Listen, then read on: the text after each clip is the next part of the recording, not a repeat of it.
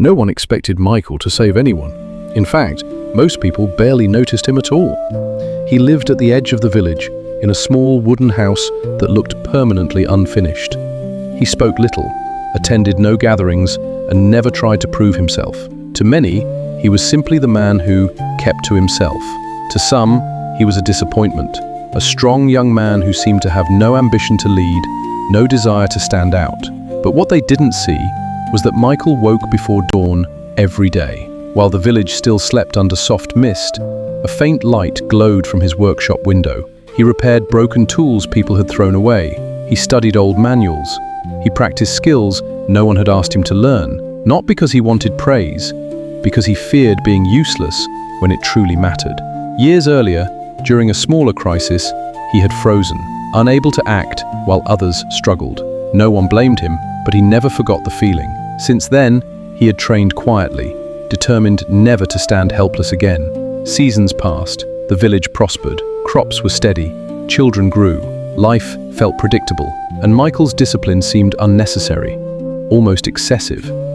Some even whispered that he was wasting his life preparing for problems that would never come. Then the storm arrived. It wasn't just rain, it was relentless. Days of violent wind and flooding that swallowed fields, collapsed storage sheds, and blocked the narrow road connecting the village to the outside world. Supplies ran low.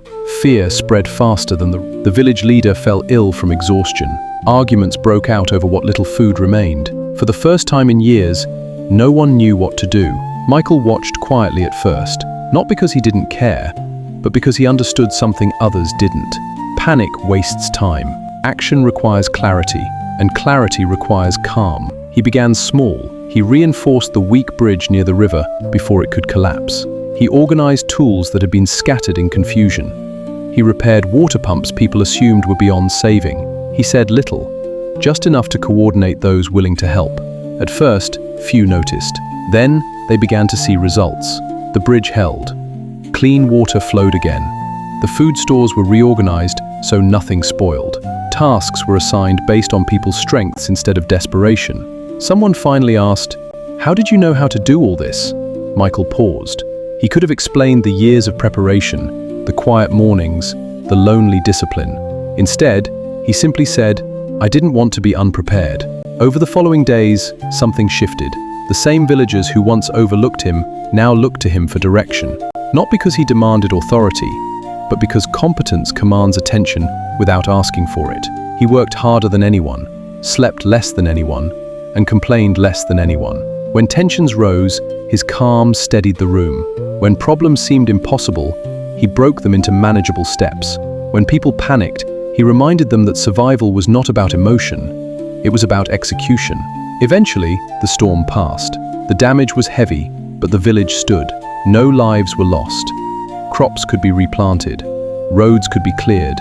Recovery was possible.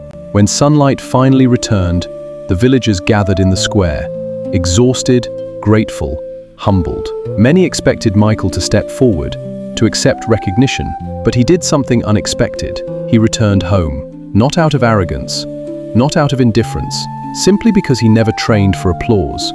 He trained so that when a moment demanded strength, he would not hesitate. Later, when asked why he didn't celebrate, he answered quietly, "Preparation is not heroic, it's responsible." From that day on, people no longer saw him as the quiet man at the edge of the village. They saw him as proof that true strength is rarely loud, rarely visible, and rarely understood until it is needed. Michael never sought to be a hero. He simply refused to be helpless. And that is why, when the village needed one, he was ready. The world does not always reward noise, but it always depends on those who prepare in silence. You don't become strong during the crisis. You reveal the strength you built long before it arrived. Subscribe for more daily elite motivational stories as this.